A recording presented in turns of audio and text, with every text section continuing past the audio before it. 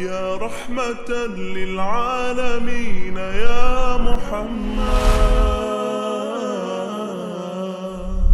ناظرین السلام علیکم ورحمۃ اللہ وبرکاتہ. سیرت پروجیکٹ سیزن 4 ایپیسوڈ 30.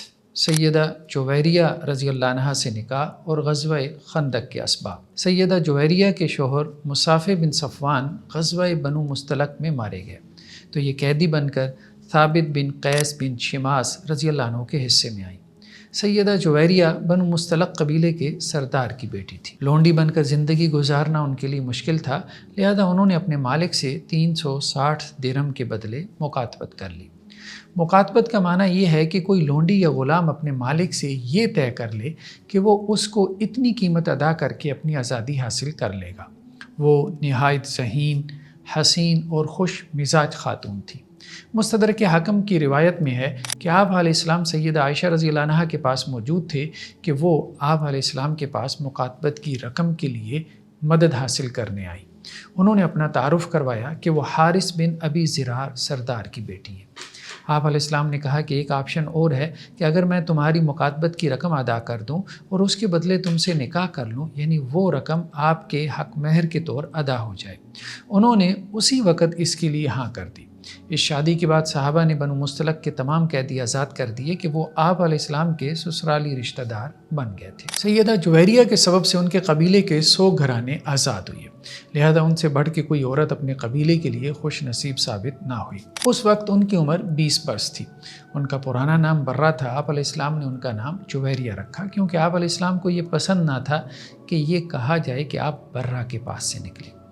اس شادی کا ایک بڑا مقصد بنو مستلق کو احترام دینا تھا کہ وہ اسلام کی طرف مائل ہوں. سیدہ جویریہ رضی اللہ عنہا نے جنگ سے 3 دن پہلے خواب بھی دیکھا تھا کہ ایک چاند یثرب سے چلا ہے اور ان کی گود میں آ کر گر گیا. انہوں نے یہ خواب کسی کو نہ بتلایا تھا، لیکن انہیں اس کے پورے ہونے کی امید تھی، لہذا آپ علیہ السلام کی آفر پر انہوں نے فوراً ہاں کر دی.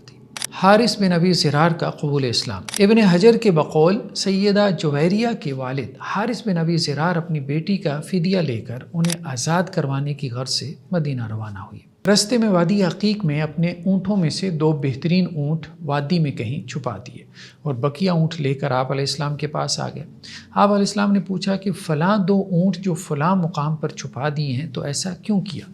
وہ یہ سن کر حیران و پریشان رہ گئے اور فوراً ایمان لے آئے.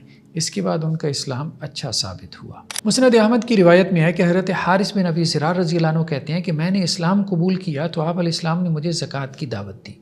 میں نے یہ دعوت بھی قبول کر لی اور کہا کہ میں واپس جا کر اپنی قوم کو اسلام اور زکوٰۃ کی دعوت دیتا ہوں اور آپ فلاں فلاں وقت میں اپنا قاصد بھیج کر زکوٰۃ وصول کر سکتے ہیں. انہوں نے واپس جا کر اپنے قبیلے سے زکوٰۃ وصول کر لی، لیکن آپ علیہ السلام کا قاصد وقت پر نہ پہنچ پایا تو انہیں پریشانی لاحق ہوئی، لہذا زکوٰۃ کا مال لے کر خود مدینہ کی طرف چل پڑے. آپ علیہ السلام نے ان لوگوں کی طرف ولید بن عقبہ بن ابی معیط کو بھیجا تھا جو رستے ہی سے واپس ہو گئے تھے، اور واپس جا کر یہ خبر دی کہ حارث نے زکوٰۃ دینے سے انکار کر دیا اور مجھے قتل کرنے کی کوشش بھی کی ہے. آپ علیہ السلام نے ان کی سرکوبی کے لیے ایک دستہ روانہ کیا. اس دستے کی ملاقات مدینہ سے نکلتے ہی حارث بن ابی زرار اور ان کے ساتھ آنے والے وفد سے ہو گئی. حارث نے وضاحت دی کہ آپ علیہ السلام کا پیغمبر، آپ کا ترجمان ہم تک نہیں پہنچا. اس کے بعد حارث مدینہ پہنچے اور آپ علیہ السلام کو بتلایا کہ آپ کا قاصد ہم تک نہیں پہنچا. اسی موقع پر سورہ حجرات کی آیات نازل ہوئی.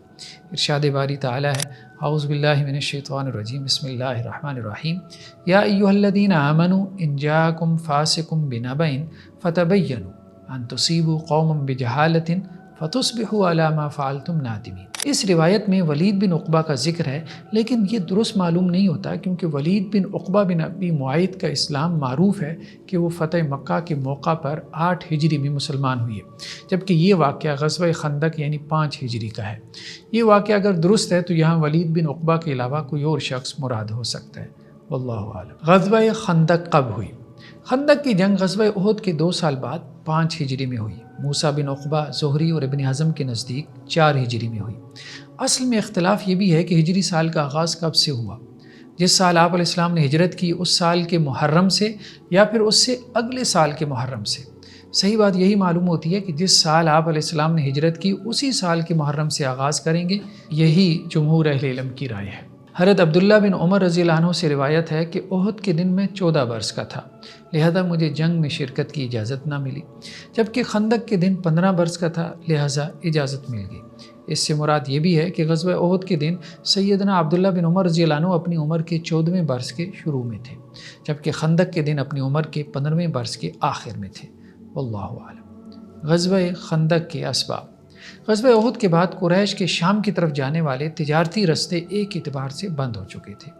آپ علیہ السلام نے مدینہ کے گرد و نواح کے سرکش قبائل کی طرف مہمات بھیج کر ان کے دلوں میں مسلمانوں کی دھاک بٹھا دی تھی تاکہ وہ مدینہ پر حملہ آور نہ ہوں۔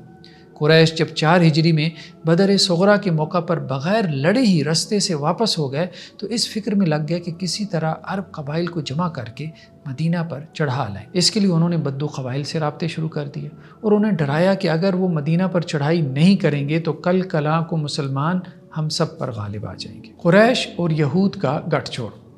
خندق کی ایک بڑی وجہ بنو نذیر کی جلاوطنی بھی تھی۔ وہ خیبر میں جا کر آباد ہوئی اور قریش سے رابطہ میں رہے اور انہیں مسلمانوں کے خلاف مسلسل جنگ پر اکساتے رہے۔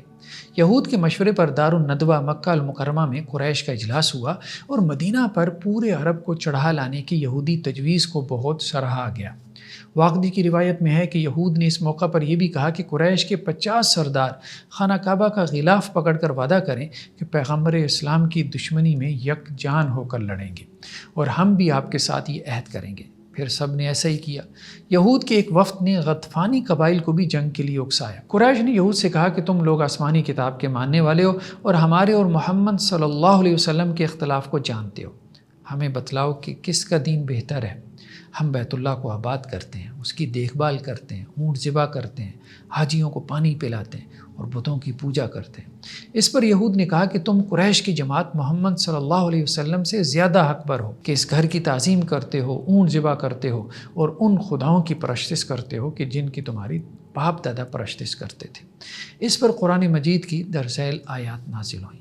ارشاد باری تعالی ہے، اعوذ باللہ من الشیطان الرجیم، بسم اللہ الرحمن الرحیم، الم تر الی الذین اوتوا نصیبا من الکتاب یؤمنون بالجبت والطاغوت ویقولون للذین کفروا ہؤلاء اہدی من الذین آمنوا سبیلا۔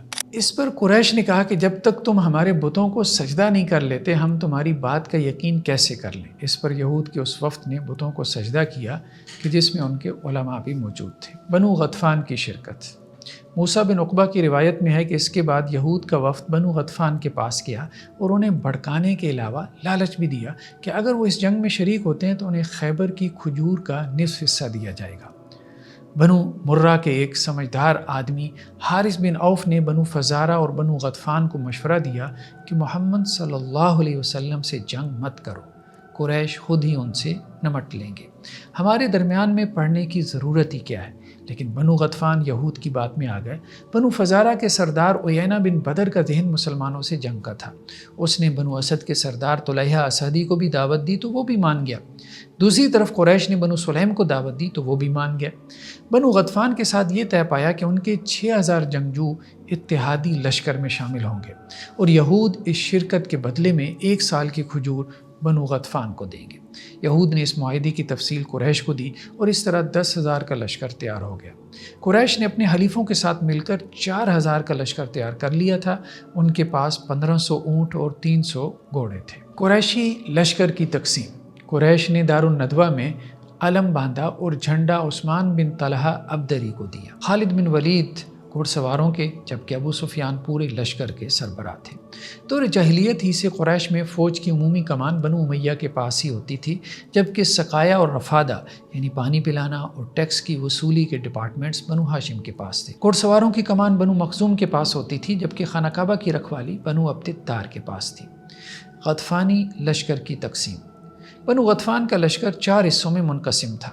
ایک حصے یعنی بنو فزارہ کی قیادت عیینہ بن حصن بن حذیفہ کر رہے تھے جو بعد میں مسلمان ہو گئے۔ دوسرے حصے بنو اسد کی کمان طلیحہ بن خویلد اسدی کے پاس تھی اور یہ بھی بعد میں مسلمان ہو گئے تھے۔